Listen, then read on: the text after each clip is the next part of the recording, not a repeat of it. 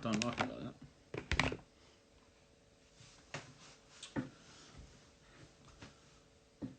Alright guys, so how we doing? Just Apple's just texted me. He's just off to make his coffee. Prepared as always. Useless. We did say it was going to be a relaxed interview. I've already got my cup of tea. So he'll join us in a minute. Thought I'd get us started, see if we can get the numbers up. Feel free to put like questions and interests put into the test. He'll be with us momentarily. Just wanted to make his coffee. So yeah, feel free to put in the chat. Keep it going. You know, he's a Hall of Famer, multiple world champion. Alright Marky, how are we all doing? Pop up, say hello. Remember, we've got an interview a night for the next 7 nights. We've got Kelly Fisher tomorrow, Mark Gray Wednesday, Ruslan Chinnikov Thursday. Who have we got Friday? Maybe Sky, I think?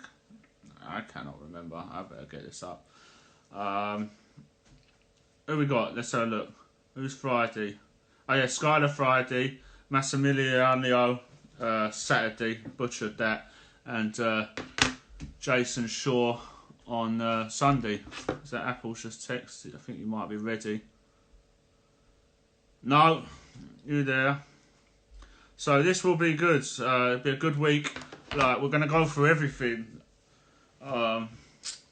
This won't be just Paul career. It'll be like, here you go. What's here? Should we let him in? Let him in.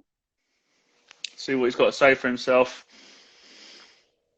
Be just about Paul careers. Well, There he is. can you see the top of my head? Yeah, I can see shine off it. Yes, Oh, that's good. there he is. How's that? How am I Perfect. looking?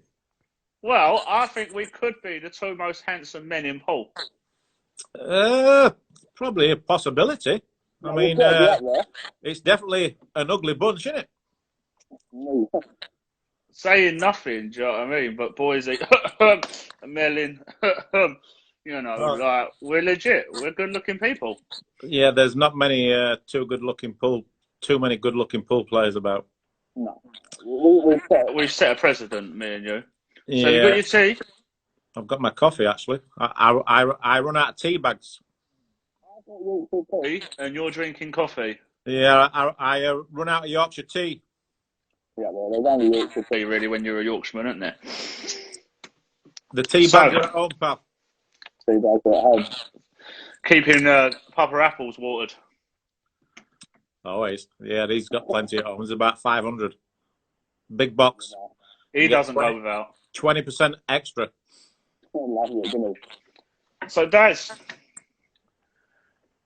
age 44, from Pontefract, the Dynamite. Yeah, 44, eh? 44 years young. About when? 20, You're breaking up years? a little bit, right? I don't know, is it me? Or is it you? No, you're sort of like, you're okay, and then you just sort of disappear a little bit. Okay, maybe I'll try. Without the AirPods. 1 sec. Maybe, yeah. I can hear you now. Yeah, it's not too bad. Have you got your Wi-Fi on? Got your Wi-Fi on? My Wi-Fi's on, yeah. I don't know. Let's see how this goes then. So, as I say, 44 from Pontefract. Kind of a hub of pool players, really. Kind of that sort of area with you and Chris, even your brothers and that. And you've been about a long time. Yeah, a long time, yeah. Yeah, Yorkshire, West Yorkshire especially, even South Yorkshire, really hot bed for English pool. And then obviously there's some good English pool players what switched over to American pool from West Yorkshire also. Because Chris Mellin, Darrell Peach, originally from Castleford, which is about 2 miles from me. Carl Boys was born in Bradford, lived there until he was a teenager. Yeah. Mick Hill spent a lot of time here. So yeah, pretty a lot of good players from Yorkshire. Okay, so you mentioned like your English pool. So obviously that was like the first part of your like pool playing career. But even pre-pool, like you come from a pretty sporty family, right? Like I've met a few of them. They're fit, they like boxing, they like triathlons, and then there's you who just likes to walk around the table potting balls. Right. But you was into your other sports as a younger lad, right? Yeah, pretty much a sporting family, like you said. It was when I was a kid. There was a few dart players. Like my dad was really good at darts. My uncles, my cousin Andy was a professional pool player. Yeah. When I was like really young, and he kept playing it. He's still playing now. But at that time, when I was like the age of, let's say, 14, 15, Andy was probably like ranked number 4 in the country. So he was right up there with the best players in the world. And then we had boxers. My dad was a boxing coach. My brother was turned pro. I had a couple of cousins who were really good. One was nearly got a title shot at the British title, but he got a back injury, which forced him to retire. Mm-hmm. So yeah, like pool, darts, boxing, football, and rugby. Because one of my cousins played for Castleford Tigers, and he played for St Helens, called Chris Smith. Okay, but you had a little spout at the old boxing, didn't you? Yeah, from the age of 13, started boxing. Because my father was a coach, and my other brother Craig, who I think you've met, yeah, he was into boxing as well. So I started that around 13. But my first love really was football. But just yeah, that was my passion really, football, and then boxing, and then later become pool. So I didn't really take pool serious till I was about 15, 16 years old. Yeah, the first two would have stood you in good stead financially, for sure. Well, yeah. You've definitely picked the wrong sport. Probably, yeah. But it's one of those, isn't it? With football, at that time, it was very hard to get scouted, where compared to these days. And boxing, obviously, it's a brutal sport. Or you aren't really going to make any money unless you really get to the top. Can you having cauliflower ears with them? Yeah, and all that stuff as well, and brain damage, and that's probably why... yeah, I'm a bit daft, really. But yeah, it sort of like was a good. It was a good education in a lot of ways, because it toughens you up mentally. Yeah. Because there's nothing like getting in the ring for a real fight. It's like the ultimate nerves, let's say, before you go into the ring. But once the bell goes, it's all gone. And pool's pretty much the same, really. After like the first rack, you like get into the match, and you're away you go. And but boxing and football is very instinctive sports, where pool you have a lot of time to think. So like nerves and pressure can come at different times playing pool compared to like boxing and football, where you sort of have all them nerves before you actually start. Where pool, obviously after the first rack, if you're feeling good and you're confident, then you feel okay afterwards. But things change very quickly during matches if they're going wrong. Right. That must be the same for boxing. You get one good right-hander and then you're in a bit of trouble as well. Yeah, but that's more like your defensive skills come into play then, or what have you. Or you just jump out of the ring and run away. Hey, gone. But with pool, like you say, like everything can be going well as well in playing pool, and like just that one bit of bad luck, or your opponent gets lucky and he plays a great shot on you, and then obviously starts coming back at you, then it adds pressure. So pool's definitely, in my opinion, a more difficult mental sport. Yeah, mentally for sure. Like maybe not as physical as the football and the boxing, but as you said, they must have stood you in good stead. A lot of training, a lot of discipline. You know, yeah, boxing for sure. I think boxing more so than football, because boxing obviously it's a one-on-one, so you're trying to beat your opponent mentally, and pool's pretty much the same really. You want to get that mental edge when you're playing. You want to try and bully them in sort of a nice way, let's say, and try and intimidate them a little bit by your demeanour around the table and your confidence. Yeah. So it's as much as a mental fight as what it is on the table. Like, so you're always looking for that mental hedge. You ever try combining the two?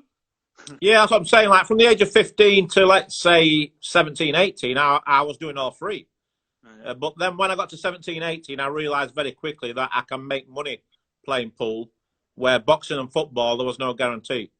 You have to be a professional to make any money, where pool, you could make 100, 200 pound a week just playing in amateur events and playing money matches. So like when I was 16, 17, I started taking it more serious. My cousin Andy started taking me around the country playing money matches, and then I started playing local leagues and county, and then I started playing like the pro-ams and stuff like that, and I did really well very quickly. So I thought, oh, this is pretty good. It's pretty good living for like a 16, 17-year-old guy with no bills. Yeah, because like obviously me and you and a couple of other of our friends were in a WhatsApp group, and we was actually talking the other night about your money match record, and that'd be tough to beat by like anyone's standard in the world, I would imagine, right? Like it's English 8-ball, yeah, for sure. But back then you didn't really give handicaps as such. You sort of give like frame start or rack start. But most of the money matches back then I play off even, and with a British mentality, the people they're a little bit more. They've got a bit more of an ego, let's say, and they're a bit more proud, let's say. So they don't want to admit that they should be getting an handicap compared to the Americans, where the Americans, they do anything to get an handicap. They just want the money. They don't know. They don't care how they get it. They just want to get the money.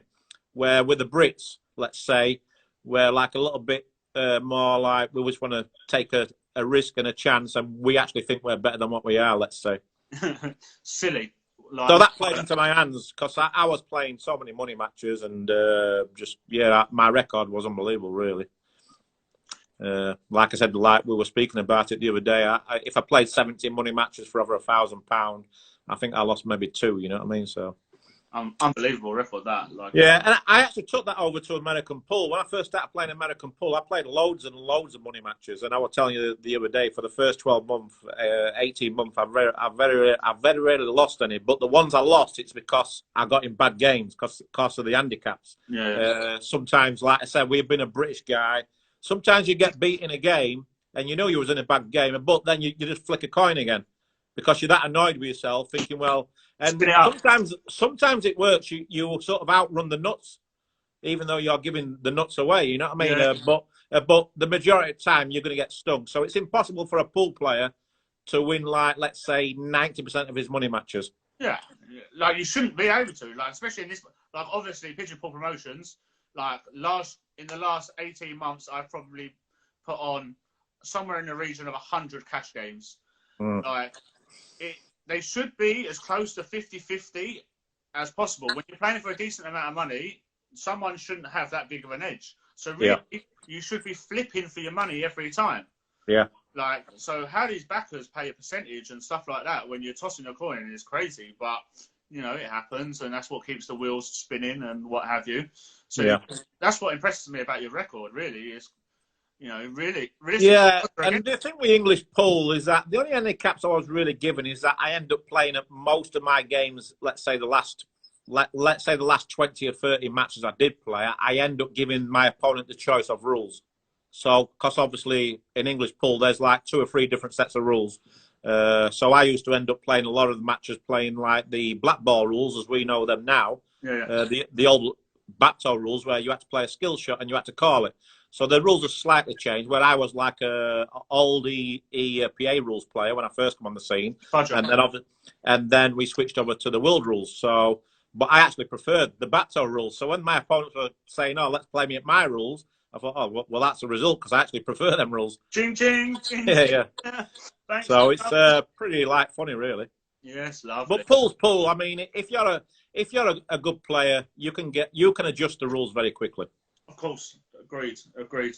So, like, I don't want to go too much about English pool, because obviously you've done loads away from it. Who's the best player to ever play the game? At what game? English pool. Mikhail. Thank you. I kind of knew that was coming. Yeah. Would you have been the best player ever if you carried on? What's that? Would you have been the best player ever if you carried on, or would Mick just still beat you? Well, it's one of those, really. I think I turned professional in '96, and I basically won the first professional event I ever played in. So, and I was very proud of that. And I thought, I can't really see that ever been repeated again. Yeah. And then from 96 to, let's say, 99, I knew then I was the number one player. I was like winning probably like 40-50% of the tournaments, what I was playing in. And then Mick Hill come along around 98. And he turned professional in 99. And the first professional event he played in, he ended up losing in the final. So I thought, well, at least I've got that over him. But then I knew straight away. Then I thought, wow, what a player this guy is. Talent. And I knew he was going to be my main threat then, going forward. And then within 12 months, it was like neck and neck. And then around 2002, he started to beat me a little bit more than I was beating him. You know what I mean? So I thought, I've got to. So he started to set the bar just a little bit more than what I was. So then I put more hours in to try and get back to his level. And I'd probably say he was probably like 55%, 45% in Mick's favour. If I'm really honest with myself, I just think he had a better cue ball than me. He was a bit more clinical, where I probably had probably a better mentality. Maybe better under pressure, maybe. But I think Mickey was that good with the cue ball and his pattern play. He didn't need to be an amazingly great mental player, let's say. So he just excelled in that area of the game, and obviously the tactics, where I was good with the tactics as well. So up to 2005, me and Mick Hill, I mean, we sort of dominated the game, really. Obviously, Chris Mellon had his moments, Jason Twist had his moments, Gareth Potts had his moments, but Gareth was still young at the time, then other players. And then around 2005, when I started to play a little bit of American pool, and so did Mick Hill and people like Phil Harrison. And then around 2006, when I sort of stopped playing English pool, really, and then Mick was sort of like half and half. He couldn't really make his mind up with American pool and English pool. Obviously, Mellon was the same. So then, like, Gareth started to dominate the English pool scene then, for sure, the next 4 or 5 years. And then, obviously, Mick sort of got himself together again.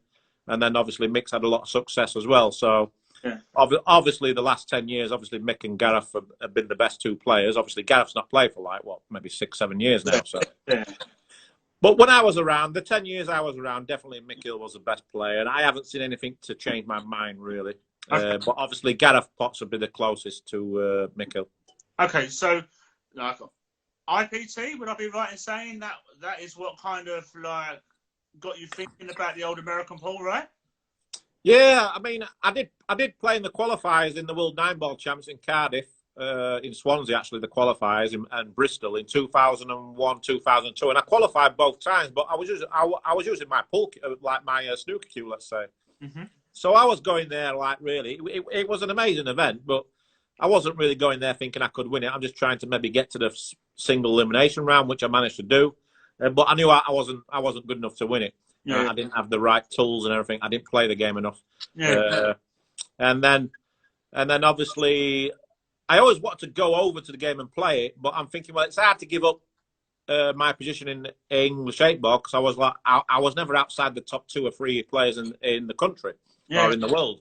So I'm thinking, well, it's difficult to just give that away and then just take a chance on American pool, where it's really an American game, really, where you've got to sort of live in the States, or you've got to be willing to travel more.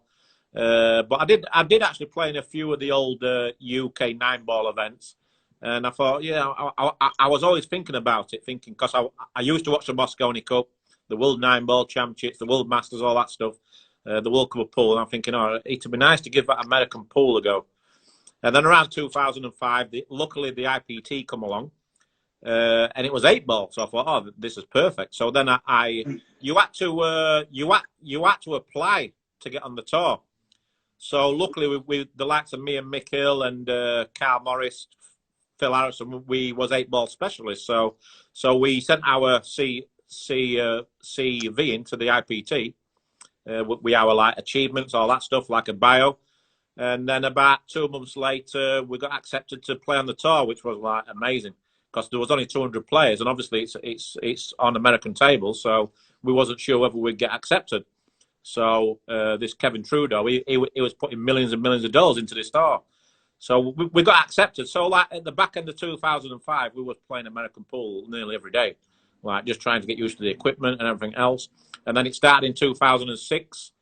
And we did well. The first 2 or 3 events, the first event was only for 40 players, so like we didn't play in that one, but we went there to watch.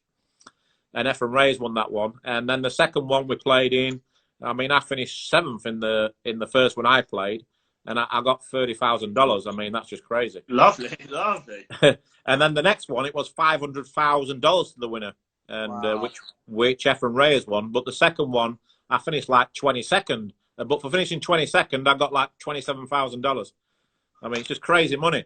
So like, Fraser, if you're listening, it was amazing. We was actually living the dream as a professional sportsman for 6 months. You know what I mean? And then this Kevin Trudeau, he promised us like the following year they would be 6 or 7 tournaments, and then the third year there'll be 10 or 12 tournaments. So we're thinking this is like we're living the dream, because it's 8 where we are playing 8 ball, which is our speciality, but we were still getting used to the equipment a little bit, and like the size of the balls. And I had no doubt if we got to the second year, I really believe that myself and Mick Hill would have been like right up there. Even Phil. And even Phil, I think Phil and Chris and them guys would have had success as well. But at that time, I think me and Mick were the main guys from the UK playing 8 ball. And we probably proved that on the IPT. I mean, I think I was number 12 and Mick was number 13. Where like the next highest ranked player, believe it or not, from English 8 ball was Yannick Boffis. He was like number 21, 22, but he was the same. He was practicing all the time.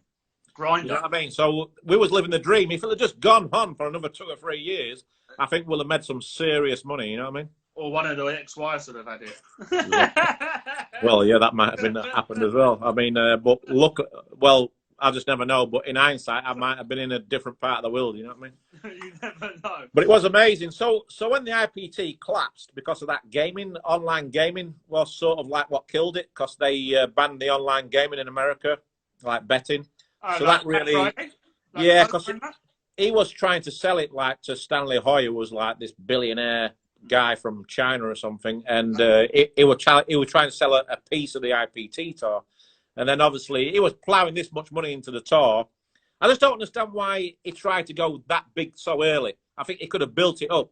Yeah, you know what I mean? Like just make it like $1 million in prize money per event instead of like $4 or $5 million per event. So I think if he'd have built it up from the start a little bit slowly, he could have sustained it for a lot longer. Walk before you can run, sort of thing. Yeah, and it was a shame really, because when it finished, I mean, it was so professional.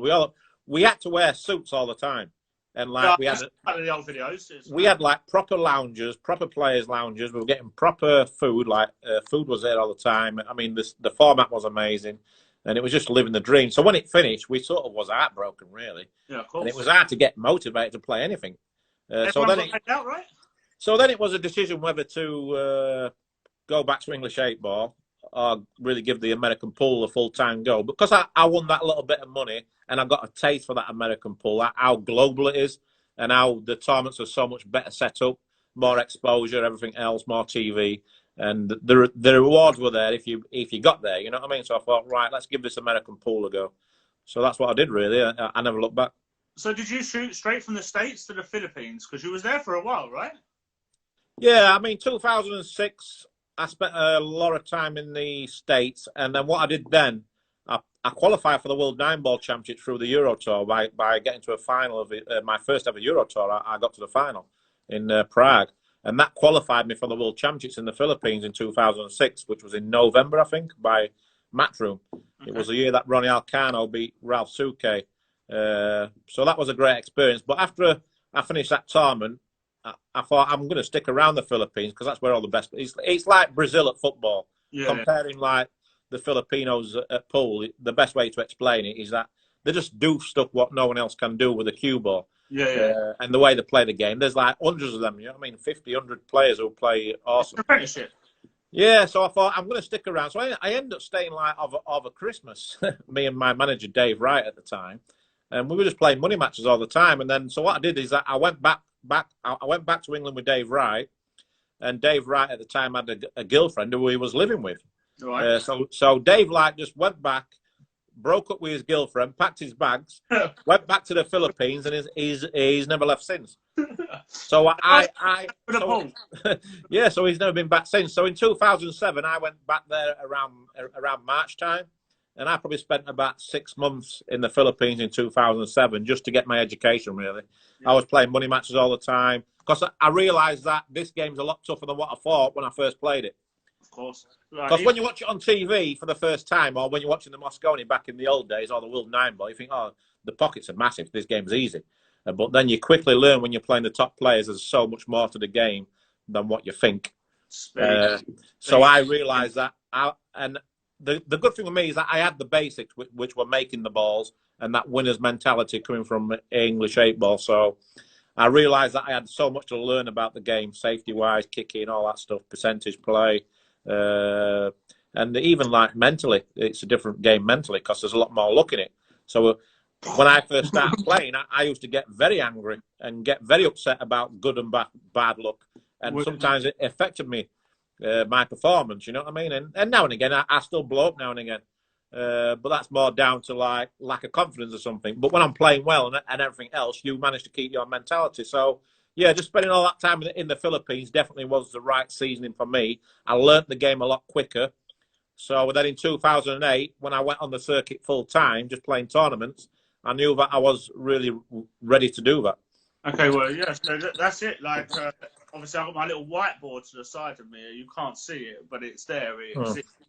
I need a bigger whiteboard for all your achievements. But in 2008, I've got the 10-ball world champion, right? Yeah, that's what I'm saying. So I had a little bit of success in 2006 or 7, but I didn't play that many tournaments. In them 2 years, I probably played like 20 tournaments. So, I mean, usually as a pool player, as a professional pool player, you're looking at maybe 30 to 40 tournaments a year. Yeah. So that first 2 years, I didn't play that many tournaments. I probably played like half of the Euro Tours, let's say. And I played a few of the majors, what I could get in there. And then obviously like a few of the events in the UK. So then 2008, I thought, right, I'm ready now. And I sort of knew I was ready. So then I started playing everything. And I won the Euro Tour very quickly in Italy. Oh, you won the Euro Tour first? Okay. And I sort of dominated the GB9 ball at that time. And then when I went to the States, I had a lot of success playing money matches. I won the Derby City straight pool and a few other tournaments in America. Yeah, so I was playing really well, and then got to the World 10 ball in October 2008.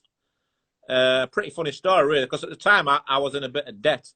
Because I was doing all this travelling, but I was spending well, you know what I mean? I was living well. So then the World 10 ball, if I had to put a price on myself at that particular time, I'll probably been in like 50 to 1, I would think. Yeah. So looking back now, it would have been nice to have had a bet if there was a book. So yeah, I probably went into the tournament like a 50 to 1 shot. I think people sort of knew who I was at this time, but obviously I was no Wu Chia-Ching and all those guys. Yeah. So I just went there thinking, well, I sort of fancy doing well, but never thought about winning it. And obviously never won. My big regret was not winning the World Championship at English 8 ball, which is like a tragedy really that I didn't win that. Because obviously I won everything else at least once. So that was disappointing. Then obviously to wait till I was 32 to win my first World Championship. If someone said to me my first World Championship would be in the Philippines playing 10 ball on American pool table, I'd like think they're crazy. You know what I mean? Yeah. But the great thing is that it was national television, like ESPN in the Philippines and Asia. So the audience was massive, and $100,000 to the winner. And I just felt as if the tournament. I didn't even play that well at the start of the tournament, but as the tournament progressed, I thought, oh, I'm starting to find a bit of form here.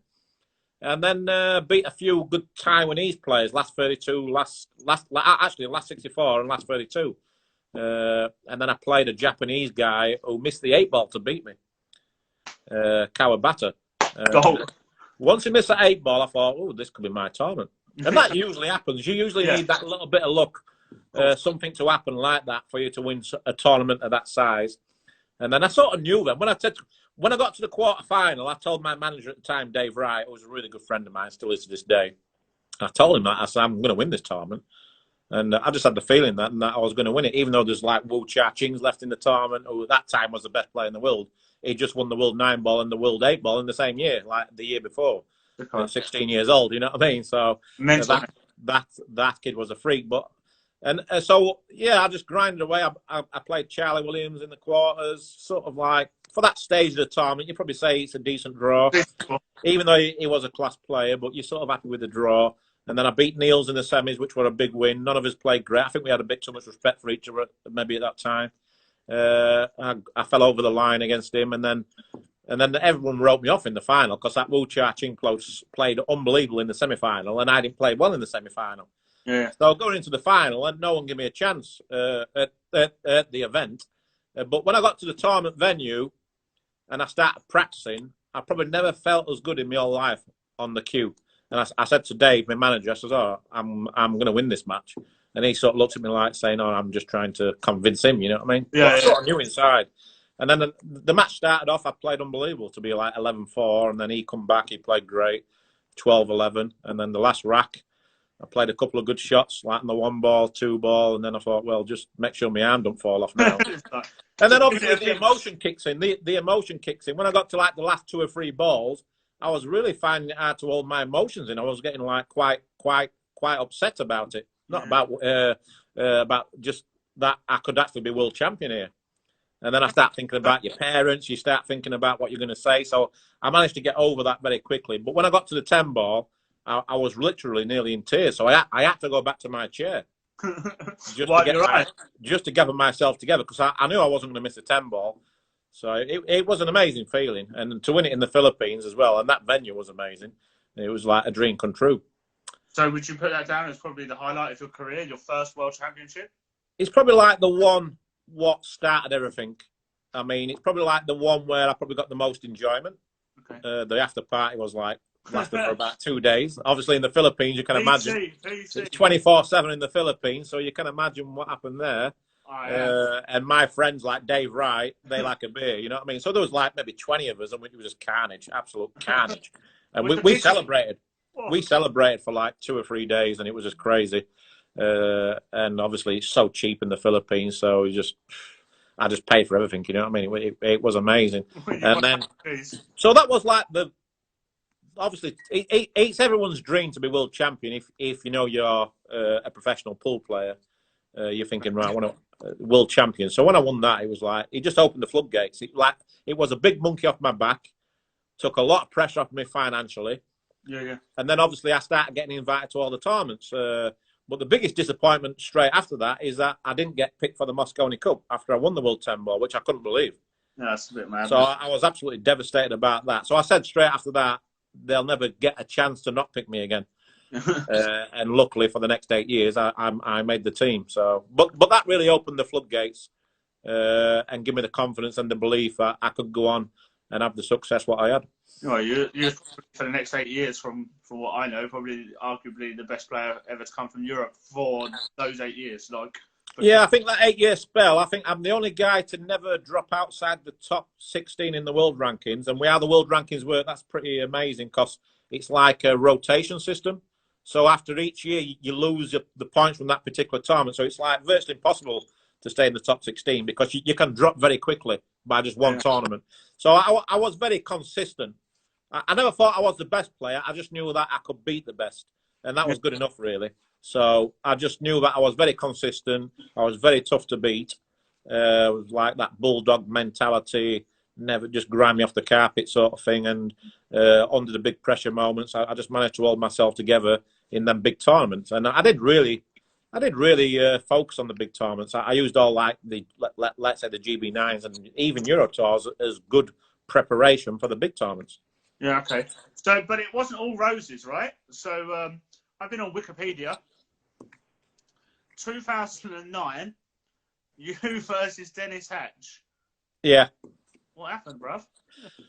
Yeah, I played him at a time where I probably was starting to make little changes to my fundamentals, because I thought long term I need to learn how to spin the ball better.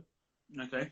And I wasn't able to do that. I felt as if when I got to tough conditions, my game wasn't as strong as what it was on good conditions. Right. You know what I mean?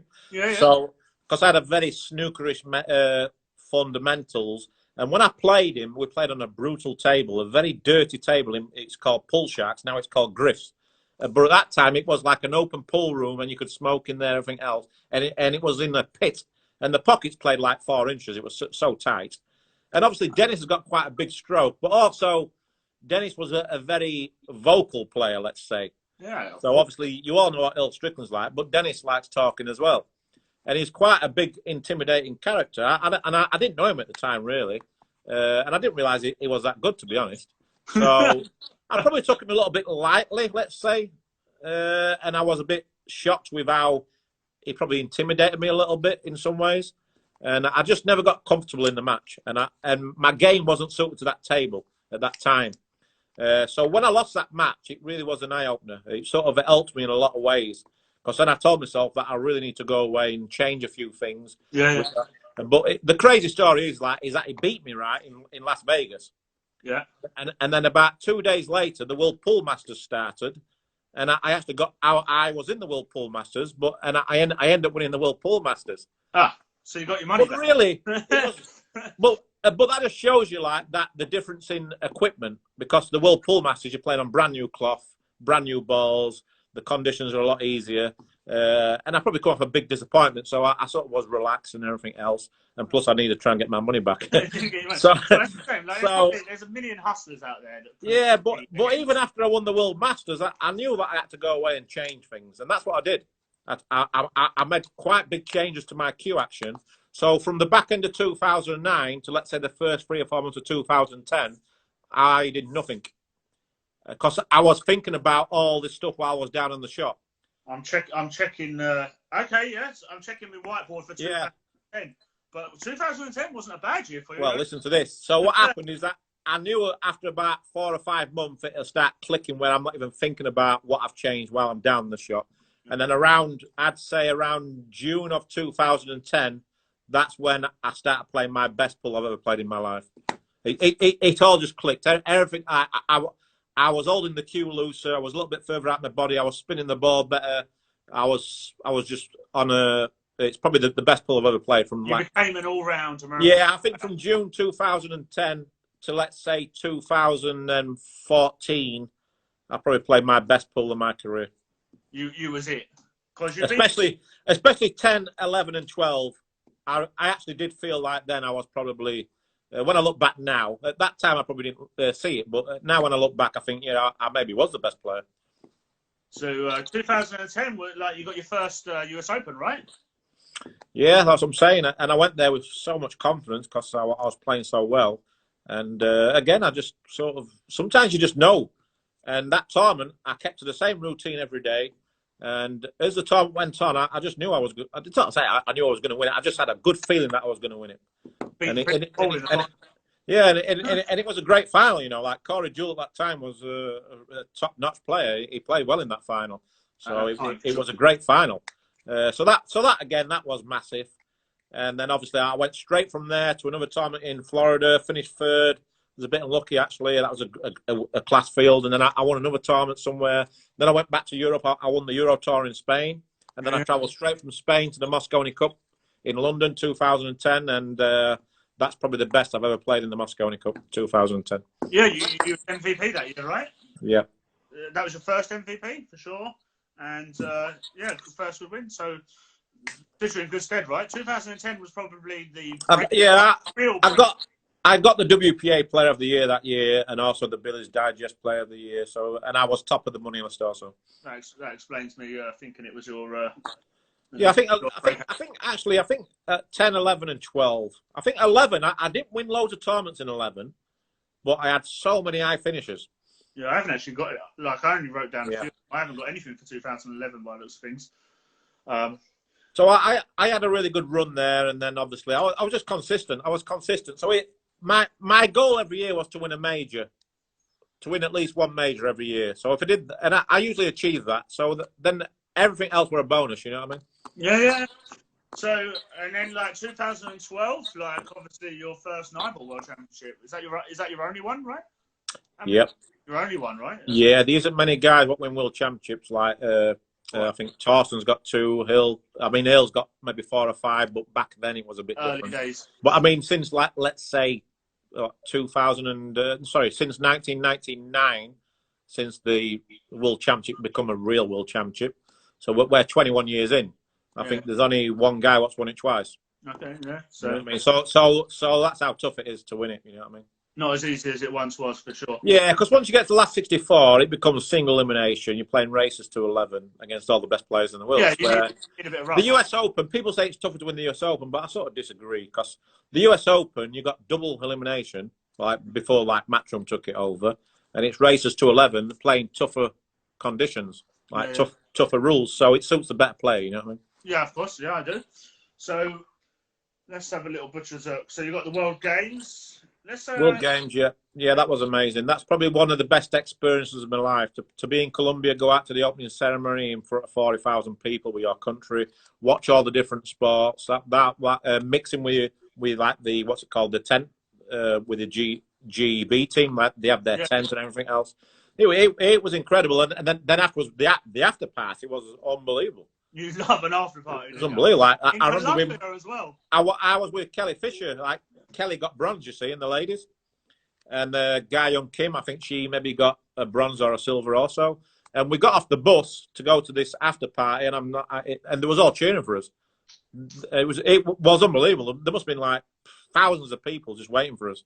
And then it was just amazing, really amazing experience. Like once in a lifetime experience, and obviously to win the gold medal was like unbelievable, really. The pigeon does not come back from an after party in Colombia. He does not come back. He dies out there a happy man. Oh, also I need to mention Mark Gray just mentioned the World Team Championships in Germany. That was incredible. I was going to get to 2010. Another level, right? Yeah, that was right up there with any Mosconi Cup win. I'm serious. That was probably even better, to be honest. When I look back now, at the time, you're thinking, oh, Mosconi Cup, blah, blah. But when you play this particular World Team Championship in Germany, the setup was unbelievable. And you got 32 of the best teams in the world, like countries. And there's 5 players in each team. So it's a proper format, you know what I mean? Yeah. And the atmosphere, the venue, and our team at that time was a great team. I mean, we was all playing our best, I'd say, at that time, like Mark Gray, Darryl Peach, Carl Boys, and Imran. We was all playing well at that time, and so we had a great team, and we had some amazing matches, like the shootout against China, went 27-25. I mean, that was just crazy. We was down in that match as well, and we come back, made it 3-3, and then we go into the shootout, and then the final, we beat Philippines 4-0, and they had what? Corteza, Ronnie Alcano, Dennis Orcolo, and Warren Kianco. At that time, probably 4 of the best 6 players in the Philippines, and we drilled them.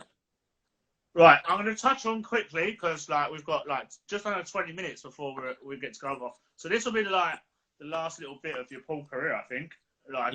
Segments. The World Chinese 8-ball. Is that equals your best win? That equals your best win money wise, right? Yeah, that was 100,000 to the winner, but that was more like the icing on the cake. But in some ways, it probably did me a bit of harm because I'd never won the World 8-ball Championship. So to win at a different, let's say on a different table in a different country, which is a lot tougher, no disrespect to English 8-ball, and the field's a lot tougher, no disrespect to the English 8-ball guys. But I mean, you're talking these Chinese 8-ball players, they play it like 7-8 hours a day. So obviously us not really playing the game, but having that English 8-ball knowledge was key, and that little bit of a snooker background, let's say, that was key. So to go there and win that was like unbelievable, really. I sort of fulfilled all my goals in pool. That's it. So the low point to that is that I'm thinking, where do I go now? So I'd sort of achieved my ultimate goal was to be a World 8-ball champion because it's my strongest game. Yeah. So when I won that, I'm thinking, well, where do I go now? So then I sort of got a bit lazy, stopped playing a little bit, took my foot off the pedal, let's say. I maybe felt a little bit burnt out, you know what I mean? Yeah, then obviously, right? And then 2016, obviously, obviously we're good friends, so I've had a lot of personal issues. Yeah. Let's say 16 to 19, I've had a lot of stuff go off the table. A lot of personal issues I dealt with, even mental health, you know what I mean, which I've spoke about briefly to a few people. Yeah. And you lose. I just lost interest in the game, really. Yeah, that's kind of, as you say, we're good friends. So we could probably touch on this a little bit, like life off the table, being a top of your game, and then with lots of stuff going on and around you, keeping yourself mentally fit. A lot of pressures, like no man is like as much as you think you're superheroes, not. You must struggle at some point with motivation and the pressures of life. You know, is there kind of like people in your sport like that you're close to that could have helped you and like good? No, I'll be honest with you. I mean, obviously, me and Cowboys, we don't see each other so much these days, or even Mick Hill. But they're the two really what I know that I can really rely on. Yeah. You know what I mean? They've got my back. Even maybe Jason Shaw, even Melling to a certain degree. But with me and Cal, I think because we played doubles all the time, we travelled a lot together. We had a great bond, let's say. So when I went through my really biggest personal issues, he was straight there for me, let's say. So obviously, I always remember stuff like that. People what are genuine, let's say, because there isn't many in the pool world. You know what I mean? But you do find out who are real nice people and who have got your back. And there's quite a few, but there's quite a few what surprise you, and you think, well, I'm sort of glad that I went through that just to know what that person really is like. You know what I mean? It's just, but that's the same in every walk of life. Of course. Anything you do in life, you always when you're going through tough periods in your life, and you know what I mean, like you really do find out the real people. Yeah. And it was tough times, you know what I mean? It was very tough times. Like Paul was the last thing on my mind. 2007, I was so close to quitting. Yeah. I was so close to quitting, and then obviously turned it around, and then obviously spent a lot of time with my mother because she got sick, and then moved back to England, and then just it was tough. And then obviously about 6 months ago, I decided like I've got to rather because I only kept playing really to keep my sponsors happy. Yeah. Because at the end of the day, I was getting paid to play. So it got to a stage where I thought, I can't keep getting paid to play like an idiot and losing to people what I never used to lose to. Yeah. And then you start, and I've got that winner's mentality. I'm thinking, I can't keep losing to these people and continue playing, like long term. And that's no disrespect to them. I mean, they're good players, but I know myself, if I'm right, where I am. So I told myself 6 months ago, I'm going to give it one last real good go, just to see if I can still do it and prove to everyone else that I can still do it, really. But more so, I want to do it. If I didn't want to do it, I wouldn't do it anymore because I can do other things in life. But I still love the game. I think because I spent quite a lot of time away from it, and then I've been watching a lot, I realised that I still do love the game, and I'm still young enough to do something in the game. Because 44 in American pool terms is young. Yeah.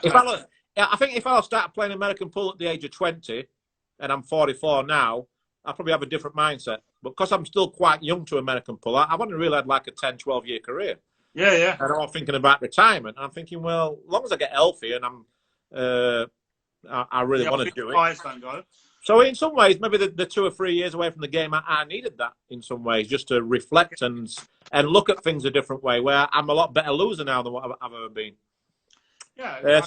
So the key now is that I'm going to give it everything I've got. So obviously I'm practicing all the time, and I know that my game in practice is right there.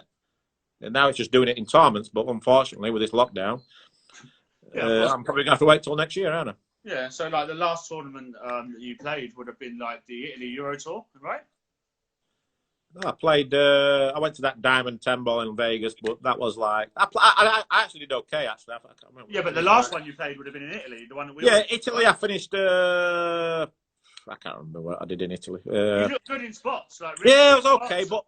but in the Diamond 10 ball, I was even better. I played well in the Diamond 10 ball. I won about 7 straight matches against really good players, and then I end up finishing 13th at 13 to 16 out of like 128 world class players. So I knew my game was there. Like last year in November, I finished 9th, 12th in the International Open in a world class field, like the US Open field. Yeah, and my game was right there. I lost to Phil 11-10 in a game I played great in. And I mean, I could have won that tournament if I win that particular match. You just don't know. So I know I'm not far away. You just need consistent tournaments, get that little bit of luck at the right time, and I know that I can still do it. It's just, there's no point talking about it. You've got to go out there and do it. Yeah, for sure. I'll give you the title best practicer in the world at the moment. So a bit about you then, like, so obviously you've got Gigi and Dino. They're probably like the coolest. They're like your little sidekicks, right? Yeah. Best companions in the world. The little puppies, they're Yeah. called, I think, yappy as hell. Like, don't knock on Dino's door if you don't like the sound of yappy dogs. Or the neighbour's door.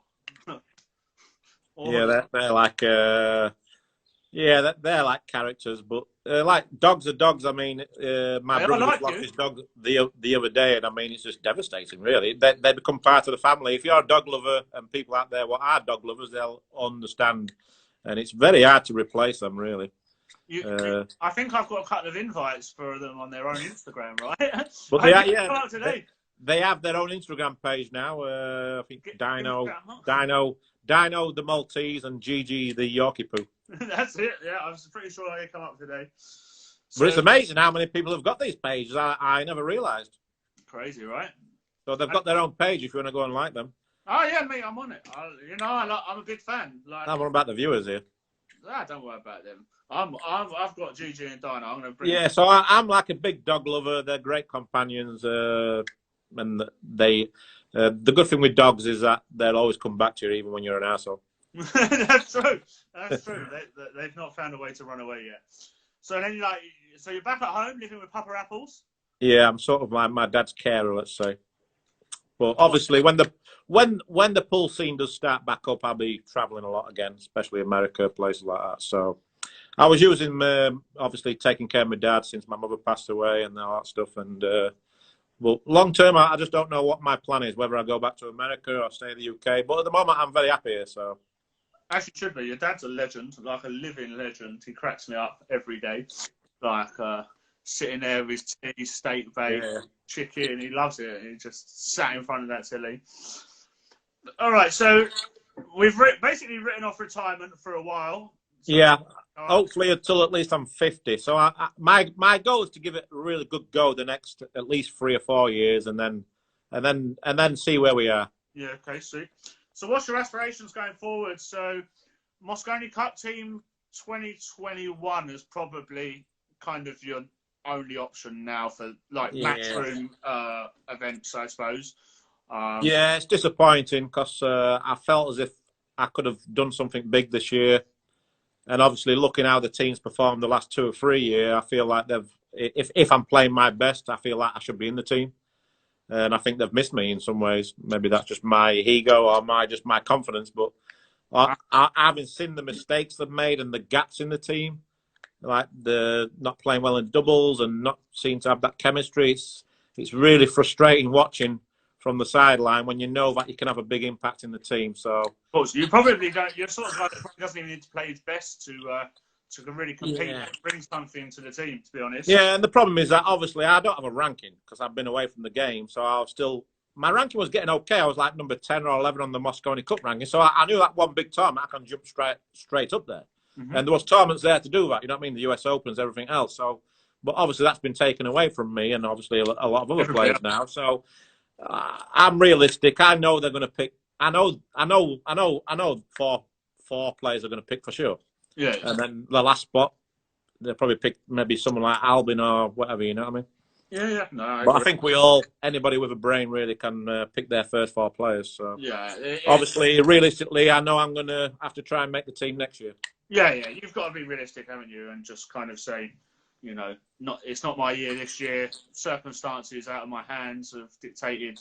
You know, I actually think you would have had a great chance, like if COVID-19 hadn't happened. But it did, and it's something we've all got to live with, and you just got to suck it up, keep practicing. Yeah, it is what it is. At the end of the day, I've played in it 8 times. It's not going to be the end of the world. No. There's more important things in life, obviously, and I'm just happy that I feel like I'm back playing good. So but I've just got to be patient, get the competition, and see where we go. Yeah, but yeah, at the beginning of this year, the Mosconi Cup was a goal. Where obviously now, just to play pool again's a goal. Yeah, but talking about playing pool, like you put out a little post in the week. Offering out some money games versus the guys. Yeah, just that pure boredom, really. I mean, there's only so much you can do with regards drills and Q tips and like doing these like little tournaments, whatever. But I mean, so I'm thinking like if I can get some challenge games just to see where I am with my game, and then if I do well, maybe I'll put some big challenges out there against some bigger players. Maybe even play Jason just for $1,000 just for a bit of interest. You know what I mean? Or even Joshua, Yeah. just to see where I am. You know what I mean? See where I am and have that buzz back and all that stuff. What about when the States opens? Are we calling out Tyler? He kind of is after some games, man. He's after some games. Yeah, once this is all over, I mean, Are we on America Airlines? Are we yeah, straight over I there? mean, he'd definitely get played for sure. There's no doubt about that. Stacks, big stacks like that. Yeah. Boom. Yeah. I mean, for sure I'd play. Yeah. Now that I am where I am mentally, I'm in a lot better place and everything else. So yeah, I play money games if they're right. I won't go looking for them, but if the offers are right, I'll go looking for them. Yeah, I'll just leave that to you. But yeah, it'd be nice to play some money games, and if the games are right, and then obviously get back into the tournament mode. And but I think we're looking at October earliest before I play a tournament. Yeah, like a decent tournament, let's say. I think we'll be lucky if we go to Turkey for the Euro Tour. And someone just said here, who's better, you or Andy Appleton? What, lifting? Absolute units. Absolute unit. We know who the better pool player is, for sure. So, well, I'll tell you what, though, he inspired me. When I was younger, he was the one that inspired me to obviously be a pool player, and I learned so much off him. So I have a lot to thank him for. Of course. Like, you've got a pretty amazing family, really, as we touched. Yeah, my brother Shane was a really good player. But I mean, like, as a close-knit, like, as a, that's what I meant. Not if anything, Shane was a better player than me, but I was better in matches than he was. But in practice, I could never beat Shane. Mad, man. But you all looked after each other, like, I like it. Oh, yeah. Do you know what I mean? Like, oh, we looked after each other. Whenever I played Shane in a tournament, he wasn't allowed to beat me. I'm serious. And if he did beat me, he got a cue on the back of his head. Cue up the back of his head. Oh, dear. Oh, when I was younger, I was the worst loser in the world from like 15 to, let's say, 18. There's a few holes in the wall in my old bedroom back home. In the old house, and a few chalks have been thrown at people and all that stuff. Mental. I broke a few cues, and yeah. Daz, can you believe we've been here 57 minutes? It's great, isn't it? It's gone quick. We're going to get cut off in like 3 minutes. Yeah, let's do another 10 minutes. You're all right. You only get an hour. All right. You only get an hour. That's it. Do you have any questions? Yeah, I've got one. Just one. It's a multiple choice question. Who is the best commentator in the world? Right. Think about this carefully. I'm gonna give you some multiple choice. Box office boys. Whispering Ted Lowe. Jeremy Jones. Whispering Ted. Or that geezer that started doing it on the GB9 about a year or two ago. He's a little bit good. Who was the third choice? Whispering Ted. Yeah. Or Jeremy, Carl, or that short, fat, handsome man that does the GB9. But think about this carefully. Mm. You know. So I've only got the option of them 3.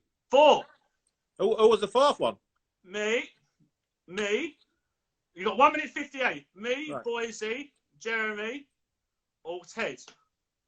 Ted who? Lowe. Oh, Ted Lowe. Definitely Ted Lowe. You're off the phone. You're off the phone. We don't need this. You're all different. You're all different, but you never get a voice ever again like Ted Lowe. Oh, well done. I should have picked someone else. I actually listened to him the other day, like on the snooker classics. He was awesome. I should have picked someone else. What was I thinking? Phil Yates. Going up against Ted. I think Phil Yates is actually my favourite pool commentator. I think Jeremy's got the most knowledge, and Carl brings a good sense of humour, and so do you. You're a bit of a crazy one, but fun to listen to. But I actually really enjoy Phil Yates because he's got the voice. You know what I mean? It's the way he speaks and his knowledge of sports, really. You're not invited back. All right. You're not invited back. At least you're still in a job. That's all right. Yeah, for sure. Yeah. Oh, I haven't got an event until bloody Christmas at this rate. Right, Apples, anything you got to say to your fans, to your sponsors? Yeah, hopefully everyone supports the page, Pigeon Pool Promotions. Hope everyone stays safe and don't get too excited about mixing and socialising too early, which it looks like people are getting a bit too excited. And then obviously my sponsors are Predator Qs, Razon Billiards, and my 2 new sponsors, Q World in Australia, and obviously Tiger Products, Tiger Pro Tips, the best tips in the business. Cheers, pal. 19 seconds. It's been a pleasure, Apples. I love you lots. Yeah, well done, mate, and good luck with the rest of the guys this week. Cheers, pal. Have a good one, yeah? See you later. Cheers, pal. Yeah. Bye-bye.